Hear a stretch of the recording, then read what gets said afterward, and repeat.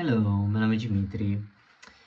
E, primeiro de tudo, eu já fiz 2 vídeos sobre o assunto, o síndrome do vaso vagal. Eu vou deixar os 2 na descrição aqui embaixo, caso você não tenha visto ainda, porque senão você não vai entender uma do que eu tô falando nesse.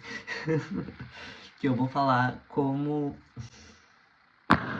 Que eu vou falar como eu tô me adaptando a viver com o síndrome do vaso vagal, já que não tem tratamento, é uma doença crônica, então eu tenho que aprender a viver do melhor jeito possível para não desmaiar tanto, não bater cabeça, não me machucar, né? Eu fui diagnosticado, tipo, diagnóstico fechado faz pouco tempo, acho que não faz nem um mês ainda, mas eu já tinha certeza que eu tenho o síndrome do vaso vagal, porque eu estudei bastante sobre o assunto, vi pessoas que têm falando sobre, e não tinha como ser outra coisa, eu só precisava fazer o TILT test, que é o exame que confirma se tem ou não esse negócio, e deu positivo, então eu tava certo o tempo todo. Aí, depois que eu terminei o exame, ali mesmo, no mesmo dia, na mesma hora, depois que eu terminei o exame, eu desmaiei durante o exame, né? Aí depois que eu acordei, o médico falou, perguntou se eu já tinha ouvido falar sobre, eu falei sim. Aí ele falou, né, que não tem cura e que eu tenho que me adaptar. Aí ele falou algumas coisas pra eu fazer que ajudam, e a maioria delas eu já fazia. Por exemplo, quando eu tô em pé, na fila do mercado e tá demorando muito e eu começo a sentir que eu tô passando mal. Ficar em pé com as pernas assim, cruzada, trocando o peso de um lado pro outro, isso ajuda bastante. Tomar água gelada ajuda também. Comer coisas salgadas. No meu caso, como é mais fácil de levar para os lugares que eu sempre tenho que ter comigo, é ketchup, porque é mais fácil, é pequeno e tem sal. Outra coisa que ele falou também que ajuda, que eu também já tava fazendo, é usar bombinha de ar quando começa a dar muita falta de ar, que tem vezes que dá uma falta de ar absurda. E eu já tinha pego a bombinha pelo SUS, né? Porque eu falei, ó, eu tenho quase certeza que eu tenho síndrome do vaso vagal, sinto tal coisa, tal coisa, tal coisa. Aí a médica, foi a médica geral, ela falou, faz sentido. Aí ela foi e me receitou a bombinha. Então eu uso só quando eu tô com muita falta de ar, passando muito mal. Aí eu uso a bombinha. Quando o ketchup não dá certo. Ou ficar em pé com as perninhas cruzadas não dá certo. Aí é a hora da bombinha. Outra coisa também que eu já tava, ele falou que ajudaria, mas eu já tava fazendo, é comprar um relógio desses que mede os batimentos cardíacos, a pressão arterial e essas coisas assim. Porque quando eu começo a passar mal, eu vou aqui, calma, aperto o botãozinho e vou aqui no coração. Aí ele tá medindo. 78, 76. Tá normal. O normal dos batimentos cardíacos é ficar na casa dos 80 batimentos por minuto. Por minuto? Por minuto. Só que o meu, no caso, eu tô aqui sentado, tá normal. Se eu levanto rápido, ou levanto e fico em pé por um tempo, os batimentos começam a subir. E teve vezes já que chegou a 150 batimentos por minuto. Eu tava passando muito mal e eu desmaiei dessa vez que chegou a 150, porque... Mas esse reloginho aqui, principalmente quando eu tô na rua e começo a sentir que eu tô passando mal, eu venho e checo os batimentos. Se tá muito alto, eu sento em algum lugar. Se não tem lugar pra sentar, eu sento no chão e como meu lindo ketchup. Eu sento no chão mesmo, caguei. E é muito estranho quando eu passo mal na rua, porque, tipo, eu sento no chão e não é difícil de dizer que tô passando mal, né? Porque fica óbvio.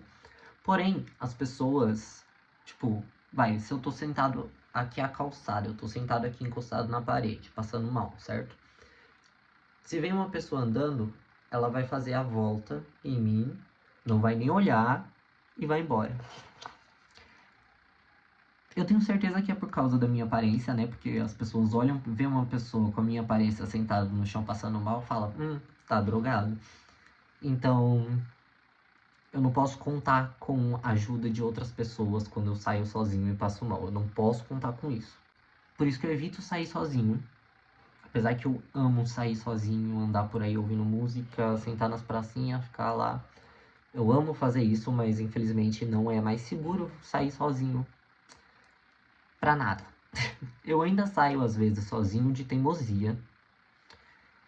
Só que eu não deveria, né? Porque desmaio e às vezes sintomas convulsivos ou uma convulsão em si, se eu estiver sozinho na rua, né? Então, geralmente não, na maior parte das vezes eu saio acompanhado com a minha mãe ou com meu padrinho, que eu agora eu só saio de casa para ir em médicos e mercado. É isso. A última vez que eu saí com um amigo foi em maio. A gente tá em agosto. Faz muito tempo. Outra coisa também que me ajuda muito é esse apoio que eu uso na perna, porque eu sinto muita fraqueza nas pernas quando eu começo a passar mal, quando o coração acelera, tudo, por causa da falta de oxigênio, da circulação ruim. Então minhas pernas ficam muito fracas, então eu tô andando, a perna dobra involuntariamente. Tipo, aí eu faço assim e já aconteceu de eu cair várias vezes antes de eu conseguir comprar esse negocinho para me ajudar a andar. E ele ajuda muito, porque não caí mais depois que eu comecei a usar ele, só quando eu tava usando um coturno, esse, e ele rachou literalmente no meio, enquanto eu estava andando, aí eu caí. Aí eu machuquei aqui até. Mas ajuda muito esse negócio na perna, tipo, imensamente. Sem esse negócio na perna, antes eu usava muleta, certo? Porque o neurologista falou que eu falei sobre isso da fraqueza nas pernas, né? Aí ele falou que seria uma boa ideia usar muleta. Então eu usei muleta por um tempo, só que é muito desconfortável, velho. Ficar carregando uma muleta enorme. Horrível pra pegar Uber, essas coisas assim.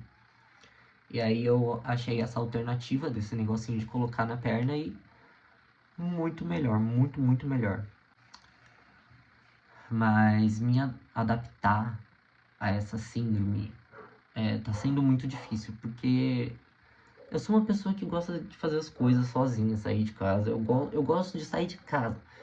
E eu não posso mais fazer isso entre várias outras coisas que eu amava fazer, não posso mais, principalmente dançar. Eu sinto muita falta de dançar. E também é bem solitário ter doença crônica, assim, porque como é difícil sair de casa e várias vezes eu passo mal, acabou que as minhas amizades, tipo, separaram, né? Foi cada um para um canto e acabou perdendo contato, enfim. Então, além de eu ter a doença crônica, ter borderline, ser todo fudido, eu não posso sair de casa, não tem como fazer amizades novas por aqui, eu só tenho amizade online. Eu, claro que eu ainda tenho, tipo, conheço amigos por aqui, mas é muito raro ver eles, tipo, muito raro, e de conversar também. Então é só amizade online que eu tô tendo agora. E essa parte de não conseguir mais sair pra rolê, pra se divertir, pra rir do vento, é solitário. É solitário viver assim. Além de que sempre que eu vou sair de casa, eu tenho que estar com dinheiro para, se caso eu passar mal, eu poder pegar um Uber para voltar para casa.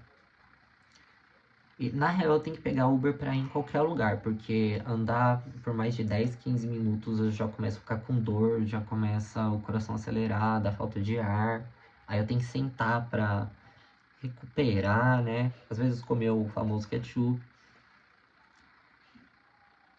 É, mas tô me adaptando a viver nessa.